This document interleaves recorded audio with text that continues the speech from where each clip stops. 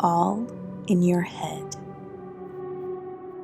She jogged along the path, huffing out her frustrations. It was just another typical Friday night for her, running to ease the tension that was her life. Lately, there had been too much stress piled on at work. It was all amounting to be too much. She was in charge of an entire team of workers who were failing miserably. She had no real friends, as she worked so much, and the dating life bored her. Men on a power trip just wanted to sleep with the wealthy exec and bail the next morning. It was just a huge bore to her. Life was work and only work. Sure, she could come home, stretch out, and binge watch some trashy reality TV, but there was no substance to her life, nothing meaningful. Something needed to happen. Like now. It was pitch black, and the full moon had risen high overhead as her late-night run suddenly became a nightmare. As she ran across the narrow street to her neighborhood, headlights appeared out of nowhere. The screeching of the tires echoed in her head as she braced for impact. The screeching got louder, and the lights got brighter. Here's where the story ends. Well, the story as we are to know it.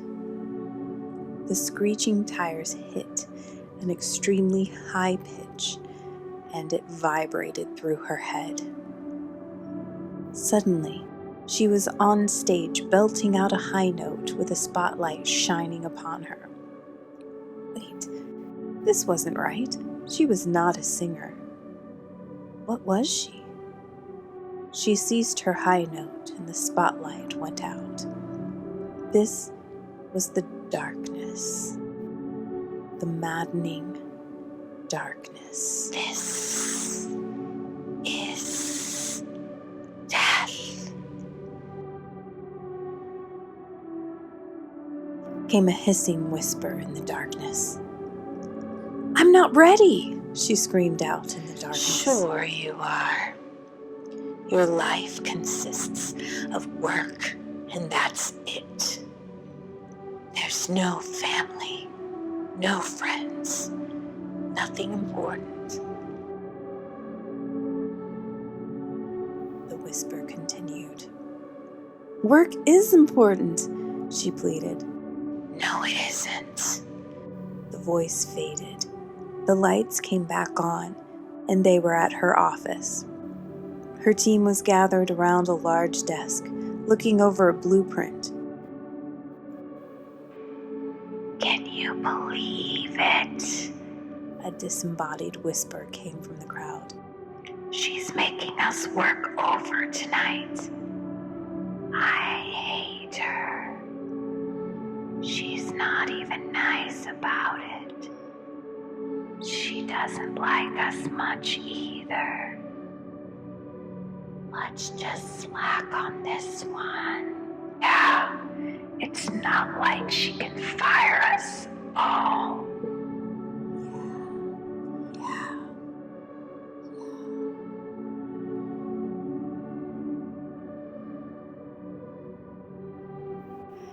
The lights went out again. You were mean to them. You were cruel. They had important things waiting for them at home. Not you. So dying isn't that big of a deal for you. You will suffer. The lights brightened to appear her laying on a big desk, and her team standing above her, holding pens. Let's show her how we feel about her making us work so hard for nothing. Their mouths were not moving, but the voices came and swirled around her. She doesn't deserve mercy.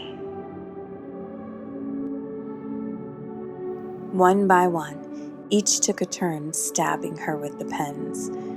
They were sharp like knives. She felt the pain. It was a burning pinch of a sensation that radiated throughout her body. How do you like it? How does it feel? How do you like it? How does it feel? I have forgotten you already. Our new manager actually likes us. What was your name again? She writhed in pain for what seemed like an eternity. She felt her voice was lost deep within her stomach. It bubbled and churned as blood was leaving her body through the various holes that were being made all over. It burst up through her throat and finally escaped from her mouth. "No! Stop!" she screamed and started to wiggle off of the table that she was upon. She managed to get her body completely rolled over and then off of the table. She landed with a loud thud. She stayed face down for some time.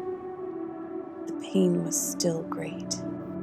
She was waiting for them to turn her over and continue or just begin stabbing her back. There was only silence. She felt like she would surely drown in her own blood at this point. She held on to her breath and waited before she lifted her head up. She was in her own bed. She let out a giant sigh of relief. Oh shit, it was just a dream. She rolled over onto her back and felt her stomach. There was no blood, no holes, no pain. She smacked her forehead with the palm of her hand. It was all in her head. She thought about how she should behave from now on. That nightmare was scary enough to push her to make some changes. Maybe she should bring all her employees coffee tomorrow and let them have an extra hour for lunch. She would definitely need to let them leave on time. They were salaried, after all, and did not get paid overtime. She was thinking of all the ways to make it up to her employees when she heard a slight tapping at her pillow. She looked up and saw a spider sitting right above her head. She swatted at it. She hated spiders.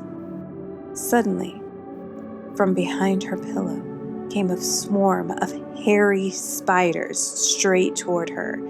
She screamed as they covered her hair and body.